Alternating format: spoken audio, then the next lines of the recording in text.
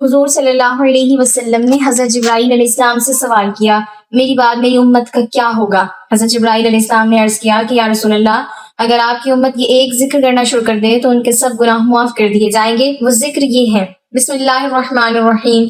حضرت موسیٰ علیہ السلام کے زمانے میں ایک مرتبہ سخت قحط پڑا، لوگ پریشان اور بے حال ہو کر سیدنا موسیٰ علیہ السلام کی خدمت میں حاضر ہو کر کہنے لگے، حضرت دعا فرمائیں کہ اللہ رب العزت باران رحمت نازل فرما دے۔ حضرت موسیٰ علیہ السلام دعا کے لیے 70,000 بنی اسرائیل کے ہمراہ جنگل میں نکل گئے اور بارش کی دعا فرمائی، الہی معصوم بچوں، نیک بوڑھوں اور بے زبان جانوروں کی طفیل ہم پر رحم فرما کر باران رحمت نازل فرما۔ ہر نبی مستجاب الدعوات ہوتا ہے، اس اعتبار سے دعا کے بعد بجائے امید بندھنے کے آسمان پہلے سے زیادہ صاف اور آفتاب پہلے سے زیادہ گرم ہو گیا۔ تو حضرت موسیٰ علیہ السلام کو بہت حیرت ہوئی، پھر دعا کے لیے ہاتھ اٹھا کر عرض کیا، یا اللہ، اگر تیری بارگاہ میں میری وجاہت ختم ہو گئی ہے تو نبی آخر الزمان جناب محمد رسول اللہ صلی اللہ علیہ وسلم کے واسطے سے التجا کرتا ہوں کہ تو اپنی رحمت متوجہ فرما کر بارش نازل فرما۔ اسی وقت وحی آئی، اے موسیٰ، تمہارا مرتبہ ہمارے یہاں بالکل نہیں گھٹا، تم اب بھی ہمارے نزدیک مرتبے والے ہو، مگر بات یہ ہے کہ تمہاری قوم میں ایک ہمارا نافرمان بندہ ہے جو 40 سال سے ہمیں ناراض کرتا رہا ہے، جب تک وہ موجود ہے ہم ہرگز ایک قطرہ بارش نہیں برسائیں گے۔ آپ اعلان کریں تاکہ مجمع سے وہ نافرمان چلا جائے جس کے سبب بارش کی ہوئی ہے۔ حکم پا کر حضرت موسیٰ علیہ السلام نے اعلان فرمایا تو وہ نافرمان بندہ اپنی جگہ کھڑا رہا، چاروں طرف نظر ڈالی، جب اس کے علاوہ اور کوئی مجمع سے نکلتا نظر نہ آیا تو اس نے سوچا کہ اگر باہر نکلتا ہوں تو سب کے سامنے رسوائی ہوتی ہے، اور اگر نہیں نکلتا تو میرے گناہوں کے سبب بارش نہ ہونے سے سب کے لیے پریشانی ہوتی ہے۔ سوچ کر دل میں توبہ کا فیصلہ کر لیا، پھر چہرے پر پردہ ڈالا اور غفار الذنوب ستار العیوب سے معافی طلب کی۔ اے میرے رب کریم، یہ تیرا بندہ سراپا گندا، اپنے گناہوں پر نادم و شرمندہ اور طالب تو یہ ہے، اللہ میں نے 40 سال تک تیری نافرمانی کی مگر تو مہلت دیتا رہا، اب تیری طرف توبہ کے ارادے سے متوجہ ہوا ہوں، بس قبول فرما، محروم نہ فرما، مایوس نہ فرما۔ بس پھر کیا تھا؟ روایت میں آتا ہے کہ ابھی تو دعا اور توبہ ختم بھی نہیں ہوئی کہ آسمان سے موسلا دار بارش شروع ہو گئی۔ حضرت موسیٰ علیہ السلام کو بڑا تعجب ہوا، عرض کیا، اے اللہ، ابھی تو وہ بندہ مجمع سے باہر بھی نہیں نکلا، پھر یہ بارش کیسے برسی؟ ارشاد ہوا، موسیٰ، پہلے جس کی وجہ سے بارش رکی تھی اب اسی کی وجہ سے برسائی ہے، اس لیے کہ اس نے توبہ کر کے ہم سے صلح کر لی ہے، ہمیں راضی اور خوش کر لیا۔ حضرت ابو امامہ رضی اللہ تعالیٰ عنہ سے روایت ہے کہ حضور نبی اکرم صلی اللہ علیہ وسلم نے فرمایا، اللہ نے مجھ سے وعدہ فرمایا ہے کہ میری امت سے 70,000 افراد کو بغیر حساب و عذاب کی جنت میں داخل فرمائے گا۔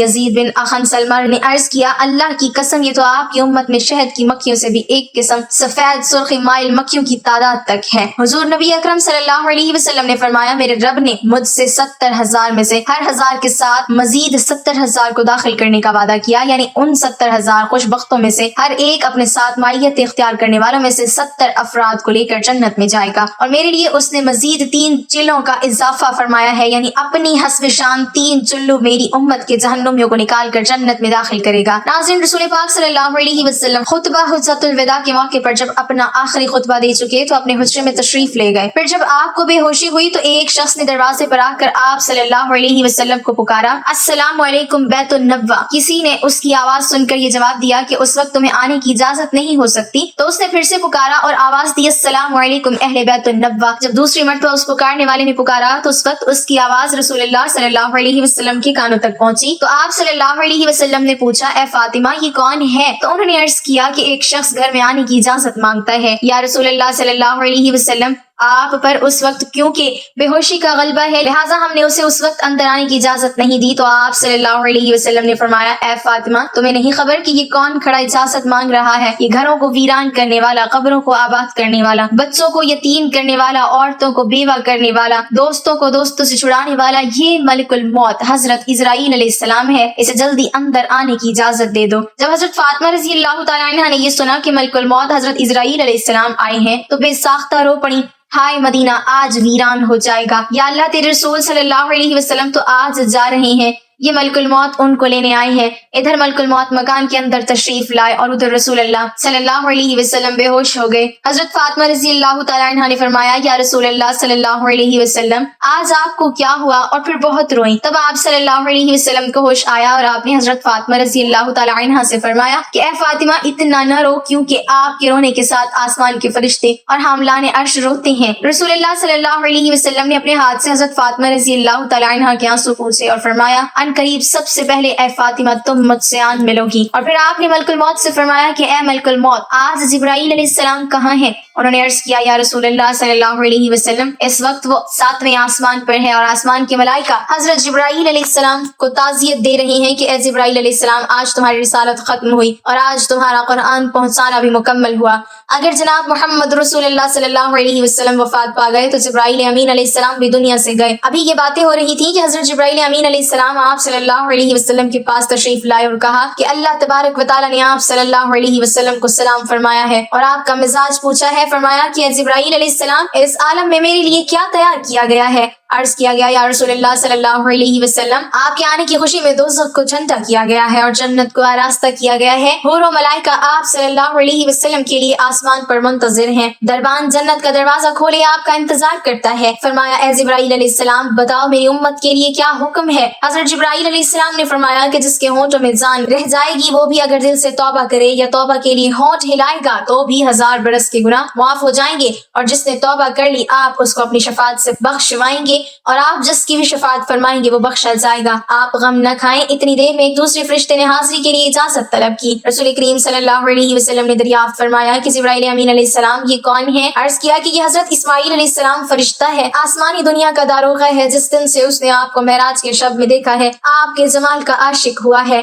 آج اسے معلوم ہوا ہے کہ رسول خدا صلی اللہ علیہ وسلم وفات پائیں گے۔ اس نے جناب کی اقدس میں عرض کیا کہ میں نے رب کریم سے عاجزانہ دعا کی تھی کہ مجھے ایک مرتبہ اپنے نبی کریم صلی اللہ علیہ وسلم کی زیارت ان کی زندگی میں کرنے کا موقع عنایت فرمائیں، لہٰذا یہ فرشتہ رب کریم سے اجازت لے کر حضور صلی اللہ علیہ وسلم کی زیارت کرنے کے لیے حاضر ہوا ہے۔ پھر جبرائیل امین علیہ السلام نے عرض کیا کہ یا رسول اللہ ملک الموت حاضر ہے، تو رسول اللہ صلی اللہ علیہ وسلم نے دریافت فرمایا کہ اے ملک الموت تم میری زیارت کرنے آئے ہو یا میری روح قبض کرنے کے لیے؟ اس پر ملک الموت نے عرض کیا کہ مجھے میرے پاک پروردگار نے حکم دیا ہے کہ جو کچھ مرضی میرے رسول پاک صلی اللہ علیہ وسلم کی ویسا ہی کرنا، اگر جناب کی مرضی پاؤں تو روح قبض کر لوں ورنہ یوں ہی زیارت کر کے واپس چلا جاؤں گا۔ اس وقت جناب رسول اللہ صلی اللہ علیہ وسلم نے حضرت جبرائیل علیہ السلام کی طرف دیکھا۔ حضرت جبرائیل علیہ السلام نے عرض کیا یا رسول اللہ صلی اللہ علیہ وسلم میرے اور آپ کے پاک پروردگار عالم نے آپ کو بلایا ہے اور اب آپ کا اس دنیا میں رہنا پسند نہیں کرتے، اور اے حضرت حور و غلام آپ کی زیارت کے مشتاق ہیں کیونکہ آج آسمان کو سجا دیا گیا ہے، حوروں کو بلا خوف و خطر بننے سنورنے کا حکم ملا ہے، فرشتوں کو آپ پر درود و سلام کا حکم فرما دیا گیا ہے، اور ہمیں آپ صلی اللہ علیہ وسلم کی مرضی کے مطابق چلنے کا حکم دیا گیا ہے کہ اگر آپ صلی اللہ علیہ وسلم آسمانوں پر تشریف لے جانا چاہیں تو ہم آپ کو لے جائیں، اور اگر آپ یوں ہی اس دنیا میں رہنا چاہتے ہیں تو یہ آپ کی مرضی ہے،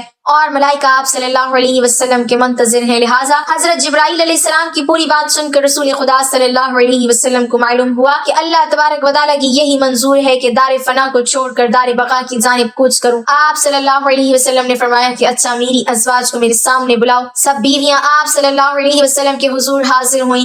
آپ صلی اللہ علیہ وسلم نے ارشاد فرمایا کہ دیکھو تم صبر کرنا اور تقوی اختیار کرنا اور اپنے گھروں سے باہر نہ نکلنا۔ حضرت ام سلمہ رضی اللہ تعالیٰ عنہا نے عرض کیا یا رسول اللہ صلی اللہ علیہ وسلم آپ کا کیا خیال ہے؟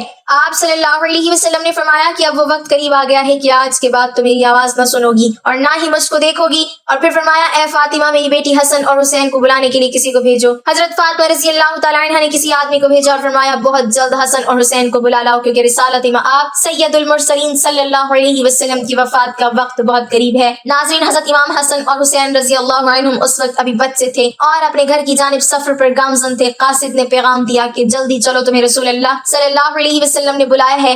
حضرت حسن کی جانب حضرت امام حسین رضی اللہ تعالیٰ عنہما نے دیکھتے ہوئے فرمایا کہ میں نے کہا تھا کہ میرا دل آج افسردہ ہے کہ آج میں نانا جان کی خدمت اقدس میں رہوں، میرا دل مانتا تھا کہ آج کچھ ہونے والا ہے، اس لیے ہم پہلے سے ہی گھر کی جانب چل نکلے تھے۔ لہٰذا حضرت حسن اور حسین نے قاصد سے دریافت فرمایا کہ آخر اتنی جلدی کیوں ہے کہ ہمارے نانا جان کا آخری وقت ہے، کہ آپ صلی اللہ علیہ وسلم آج وفات فرمائیں گے۔ دونوں شہزادے گھبرائے ہوئے حاضر ہوئے۔ رسول اللہ صلی اللہ علیہ وسلم نے ان کو اپنے پاس بٹھا کر ان کے سروں پر ہاتھ پھیر کر فرمایا کہ میری امت کے ظالم تم دونوں پر ظلم کریں گے۔ حضرت فاطمہ رضی اللہ تعالیٰ عنہا نے عرض کیا کہ یا رسول اللہ صلی اللہ علیہ وسلم اگر ان پر ظلم ہوگا تو یہ آپ صلی اللہ علیہ وسلم کے بعد کس کو کہیں گے؟ اس پر رسول خدا صلی اللہ علیہ وسلم نے فرمایا کہ اللہ ہی کافی ہے۔ حضرت حسن اور حضرت حسین رضی اللہ عنہم آپ کی وفات کی باتیں سن کر روئے۔ صحابہ اکرام کا جو مجمع نبی صلی اللہ علیہ وسلم کے حجرے کے چاروں اطراف میں جمع تھا، وہ حسن حسین کے رونے کی آواز سن کر سب رونے لگے۔ حضرت جبرائیل علیہ السلام نے عرض کی، یا رسول اللہ صلی اللہ علیہ وسلم،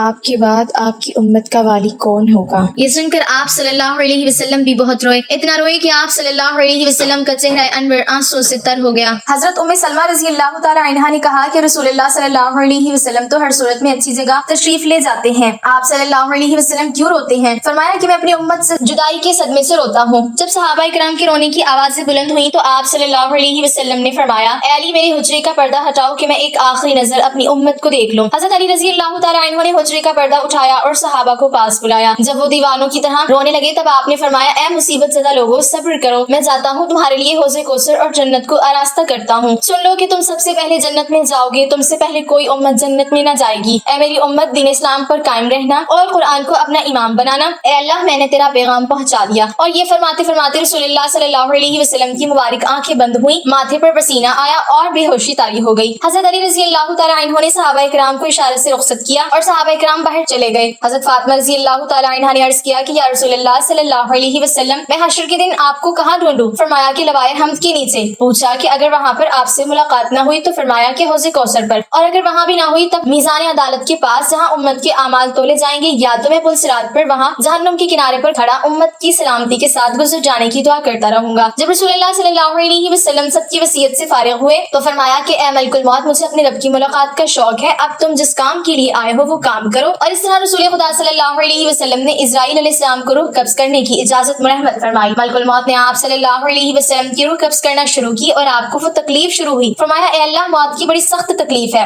الہی تو ہی موت کی تکلیف آسان کرے گا۔ مٹی کے پیالے میں پانی منگوا کر رکھا اور موت کی تکلیف میں بار بار پانی میں ہاتھ ڈالتے، وہ ہاتھ منہ پر پھیرتے اور فرماتے، اے اللہ مجھے اپنے پاس بلا لے۔ حضرت فاطمہ رضی اللہ تعالی عنہ نے کہا کہ یا حضرت، آج آپ کو بہت تکلیف ہے۔ فرمایا، اے فاطمہ، جب میرا انتقال ہو جائے تو کہنا انا للہ و انا الیہ راجعون۔ پھر آپ صلی اللہ علیہ وسلم کو نزع کی تکلیف زیادہ ہوئی تو حضرت جبرائیل علیہ السلام روئے اور اپنا منہ پھیر لیا۔ رسول خدا صلی اللہ علیہ وسلم نے فرمایا، لوگوں دیکھو نماز کی حفاظت کرنا۔ آپ یہ فرمانے لگے، یا رب امتی یا رب امتی، اور یہ کہتے کہتے جان سینے تک سمٹ آئی۔ نیچے کے جسم کی جان نکل چکی تھی لیکن اپنے گناہگار امت کے لیے کلمہ آپ کے منہ پر جاری تھا۔ حضرت جبرائیل علیہ السلام نے فرمایا کہ اللہ تبارک و تعالیٰ فرماتا ہے کہ آپ کی امت پر 1000 مرتبہ آپ سے زیادہ مہربان ہے۔ اے نبی صلی اللہ علیہ وسلم، آپ اپنی امت کو میرے سپرد کر کے موت کی تکلیف کو آسان کیجیے۔ تو یہ سن کر آپ صلی اللہ علیہ وسلم نے فرمایا کہ اب میرا دل ٹھنڈا ہوا۔ یکایک گردن مبارک کا مہرہ ایک جانب کو مائل ہوا اور روح مبارک اللہ تعالیٰ کی طرف پرواز کر گئی۔ اللہ تبارک و تعالیٰ سے دعا ہے کہ نبی کریم صلی اللہ علیہ وسلم نے اپنی امت کو جو تعلیمات فرمائی ہیں، ہمیں ان تعلیمات پر عمل پیرا ہونے کی طاقت و توفیق مرحمت فرمائے، آمین۔